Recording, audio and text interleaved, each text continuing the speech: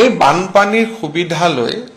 প্ৰায় দেশত 72 ইউটিউবাৰে fund raise কৰিছিল 72 ইউটিউবাৰ has raised fund গতিকে আমি তাতো নজৰ ৰাখিছো যেনেকৈ সমৰ গগৈৰ দৰে সকলোৱে খুব ভাল কৰি খৰচ কৰিছে কিন্তু ৰাজ্যৰ বাহিৰৰ কিছুমান ইউটিউবাৰেও ফাণ্ড কালেকশ্যন কৰিছিল গতিকে সেই ফাণ্ডবিলাক শিৱসাগৰ চৰাইদেউত আহি পাইছে নে নাই সেই পাৰ্টটো আমি চাম যিসকলে খৰচ কৰিছে ভাল কৰি তেওঁলোকক আমি খুব ধুনীয়া অসম চৰকাৰে অভিনন্দন জনাই তেওঁলোকক পত্ৰও লিখিব কিন্তু যিসকলে পুঁজি কালেক্ট কৰি ফ্লাডত জমা দিয়া নাই তেওঁলোকৰ প্ৰতিও আমি নিশ্চিতভাৱে নজৰ ৰাখিব লাগিব जे बर' हारिनि नोंथांमोननि गेजेराव आङो सिगाङाव मोनसे भिडिअ होनाय जाबाय इन्ट्र' मोनसे भिडिअ बेवहाय आसामनि chief minister doctor Himanta Biswa Sarma सारा बाथ्रा बुंदों आरो बेवहाय स्पेसियेलि गासै 72 जन इउटुबार्सफोरखौ बिथाङा नट खालामदों आरो बिथांमोननि सायाव मा एक्सन लागोन आरो मा एक्सन लाया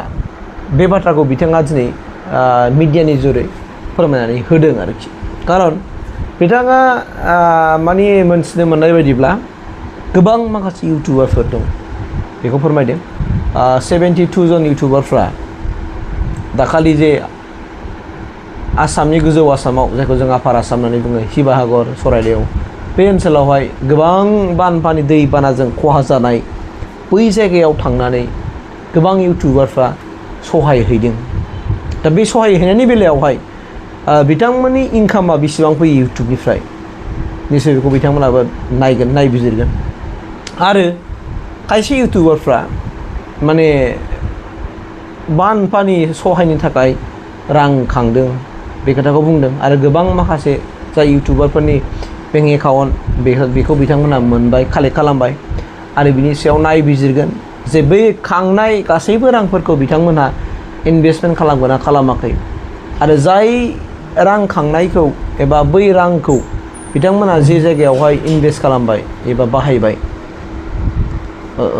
जेन' बै जायगायाव आरो डाबल इनभेस्टमेन्ट जाया एबा बै जायगायाव आरो फिन सरकारनिफ्राय आरो हैफिननांनाय बेफोरबायदि जाया बे बाथ्राखौ बिथाङा नायबिजिरगोन आरो जायफोरनाखि इउटुबारफ्रा माने मोजां खामानि मावगोन एबा मावबाय बे आफार आसामाव थांनानै जायफोर माने दुखुथिया न'खरफोरखौ सहाय खालामहैबाय मदद खालामहैबाय राङारि अनसुंथाइ हैबाय गोबां मुवा बेसाद बायनानै सहाय हैबाय आसामनि अनगायैबो गुबुन गुबुन स्टेटनिफ्राय फैनानै बे इउटुबारफ्रा बाहाय सापर्ट खालामहैबाय दा बेखौ बिथांमोनहा नायबिजिरगोन बे खोथाखौ बुंदों आरो स्पेसियेलि बिथांमोना जुदि जाय इउटुबारफ्रा मोजां खामानि मावबाय बिथांमोननो माने सरकारनिफ्रायसो बिथांमोना बरायनायनि माखासे सिद्धान्तबो लादों एबा बिथांमोना बरायगोन गामसा होनानै बा माबा मोनसे आर्टिकेलबो लिरनानै बा माबा मोनसेनि गेजेरजों बिथांमोना हयथ' मानपत्रबो होनो हागौ बे पलिसिखौ बिथांमोनहा माने लानो नागिरदों बेखौ आं बुंनाय बाथ्रा नङा डक्टर हेमेन्त बिश्व शर्मा सारानो फोरमायदों दा एक्सुवेलि बाथ्राया नै बेनो जादों खैफोदनि समाव जोङो मदद होनायानो सुबुंनि बयनिख्रुइबो देरसिन धोरोम बावहाय खुनु जातिनि बाथ्रा फैनो नाङा आरो धोरोमनि बाथ्रा फैनो नाङा मानसिया जेब्ला खैफोदाव गोलैदों अब्ला बे खैफोदाव गोलैनाय मानसिखौ जों माबोरै मदद होनो हागोन रां रुफाजों नङाब्लाबो नों माबा मोनसे सहाय खालामनानै बेखौ जों मदद खालामनानै माबा मोनसेनि दारै जों बेखौ सहाय होनो हागोन नामा आरो बेहाय थांनानै जों सहाय हैनायानो बे सुबुंनि देरसिन धोरोम गुबै धोरोमा मानसिना बेनो आंखि जों माबा धोरोम फुजियो माबा इसोरखौ फुजियो बे नङा मानसिनि बयनिख्रुइबो देरसिन धोरोमा बे नोङो दिनै धोरोम फुजिगोन इसोरखौ सिबिगोन इसोरखौ नोङो आलारि बाथि सावगोन इसोरखौ नोङो खुलुमगोन बा नों सानफ्रामबो इसोरखौ फुजियो इसोरखौ खुलुमो इसोरखौ गाबज्रियो नाथाय इसोरखौ गाबज्रिखांनायनि उनावनो नोङो एबा इसोरखौ गाबज्रिनायनि सिगां नोङो पाप खामानि मावो सुबुंफोरखौ थगाय थसि खामानि मावो सुबुंफोरखौ खैफोदाव खोख्लैयो सुबुंफोरखौ गोथे मोनसे लामाजों दैदेननानै लाङो दा बेफोरबायदिबो नों भादि इसोरखौ मोनगोन बिदियावलाय जों बा इसोरखौ मोनगोन मालाबाबो मोननाय नङा ओंखायनो जोङो जेब्लायबो जों सुबुङा जुदि सोरबा निदानाव खैफोदाव गोलैबायब्ला जों बेखौ हेल्प होनो माने हेल्प खालामनायानो जों बेखौ मदद होनायानो सुबुंनि देरसिन धोरोम मिथिबायना रायजो जान्थामा ओंखायनो जेब्लायबो जोङो मानसि बायदि जों मानसिखौ मदद खालामनो नाजानांगोन जोङो हिउमेनिटि ग्राउन्डआव जों जेब्लायबो मानसिफोरखौ जोङो माने अननांगोन जों मानसिफोरखौ मदद खालामनांगोन गावजों गाव हिंसा जालायनानै गावजों गाव माबा मोनसे खालामना खुनु लाब गैया दिनै आफार आसामाव जुदि माने इसिबां माने गिदिर मोनसे दै बाना जानानै थांबाय आरो बे दै बानानि गेजेरजोंहाय हांगार जाबाय होननांगोन सम्पतिफ्रा गासिबो सिलिंखार जाजोब्बाय माइ गायदोंमोनब्लाबो गासिबो हा फबफैजोब्बाय बे माइनि अबस्था गैला न'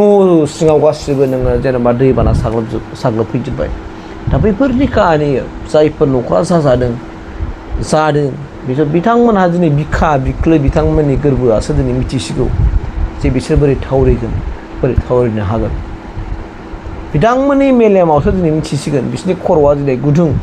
सानबाबो सानस'नो हाया दिनै सरकारा मदद होदोंब्लाबो सरकारनि मदद होनाय बा सोरबा माबा मोनसे इउटुबारफोरनि मदद होनाया थोजासे नङा बिथांमोननि सम्पतिखौ मोनफिना थेवब्लाबो बिथांमोना बिसोरखौ सनमान होदों मान होदों जाय बिथांमोना मदद खालामहैदों बिथांमोनखौनो बिथांमोना माने गोरबोजों माने मान बावदों दा बेनिखायनो हेमेन्त बिश्व शर्मा सारा होननाय बायदिब्ला बै 72 जन जायफोर इउटुबारफोरखौ बिथांमोननि बेंक एकाउन्टखौ चेक खालामगोन बिथांमोनाव बेसेबां आर्निं सर्सफ्रा फैया आरो सोर इउटुबारफ्रा डनेसननि मुङाव रां खांदों आरो बे रां खांनाया बेसेबां फैदों आरो बेवहाय बेसेबां इनभेस्टमेन्ट खालामदों बे गासैबो डिटेलखौ सरकारा लागोन आरो आसलथे दासिम सरकारनाव गोबां माखासे बेंक एकाउन्ट थांबाय बे खोथाखौ बिथाङा डक्टर हेमेन्त बिश्व शर्मा सारा फोरमायनानै होदों आरोखि मानोना गोबां इउटुबारफोरनि बेंक एकाउन्टखौ मोनबाय आरो बेखौ पुलिसा इनभेस्टिगेसन खालामा आरो माने इनभेस्टिगेसन नङा बे थारमाने बिनि सायाव नायबिजिरनानै बिथांमोना माने नंगुबै खामानियाव बाहायजोबगोन ना बाहायजोबाखै दा दोनखोमादों गावनि थाखाय बेखौ नायगोन थारमाने सरकारा ओमफ्राय जुदि जायफोर इउटुबारफ्रा मोजां खामानि मावबाय बिथांमोननो मान बावगोन स्पेसियेलि दा बिथाङा बाहाय सासे इउटुबारनि नाम मख'दों हमाय गगৈ होननाय हमाय गगৈ थ' हमाय गगैनि बाथ्राखौ जों बुंनो थाङोब्ला हमाय गगैया बानफानिल' बाथ्रा नङा बानफाननि अनगायैबो सिगां समनिफ्रायनो आसामनि गेजेरावनो बुहुद माने सहाय खालामबोनाय गोरिब गुन्द्राफोरखौ मदद होबोनाय न' बां लुनानै होबोनाय बे खामानिखौ हमाय गगैया मावबोदों आरो लोगोसे सेकेन्डआव दं मिस्टार बिटु आरो हमाय गगৈ बिथांमोना माने आसामाव बिराद मोनसे जाथि धोरोम हारि बासिया लाबानो बिथांमोना मदद खालामबोगासिनो दङ सोरबा दखान माने होनो हायैफोरखौ दखान लुनायजों लोगोसे दखाननि माल मथ्र बायनानै मदद खालामनानै होदों न' बां गैजायैफोरखौ न' बां लुना होदों सोरनोबा अट' रिक्सा बायनानै होदों सोरनोबा साइकेल बायनानै होदों माने बिभिन्न रोखोमनि खामानिखौ बियो हमाय गगैया मावनानै दिन्थिदों आरोखि दा बे ओरैबायदि मोजां गथ' सेंग्रासा आं बेखौ बुंगोन इसोरा बेखौ फुरा मदद खालामगोन इसोर बेखौ मोजाङै खालामदेया लाखिदों मानोना जोंनि आसामाव बेबायदि हमाय गगै बुहुद हमाय गगै जोंनो नांगौ हमाय गगै आरो मिस्टार बिटु मोनबायदि जोंनि गेजेराव बुहुद मानसि नांगौ जोंनि आसामाव आरो जोंनि बिटिसिआव जोंनि बर'निफ्रायबो बेबायदि दासिमबो बारा उजिथ'वाखै खिन्थु जोंनि बर'नि गेजेराव गोबां लाख थाखा क्रर गोनां थाखा मानसिफोर थाबाय थेवब्लाबो बिथांमोननि मदद होनायखौ आं दिनैसिम बेफोरबायदि नुवाखै न' दाउट बिथांमोना स्रि होखुमाय जानांगौ सोरबा खिन्थु बेफोरबायदि सोरनोबा गोरिब गुन्द्रानो न' लुनानै होनाय मानाय बेखौ आं मोनथिथ'वाखै खिन्थु आं खोनादोंमोन जोंनि क'क्राझार जिल्लायाव थानाय मार्जिदनि नाम एसे खोनादोंमोन आं बै समाव माने गोरिब गुन्द्राफोर न' लुनानै होनायनि बाथ्राखौहाय आरोखि नाथाय आं दा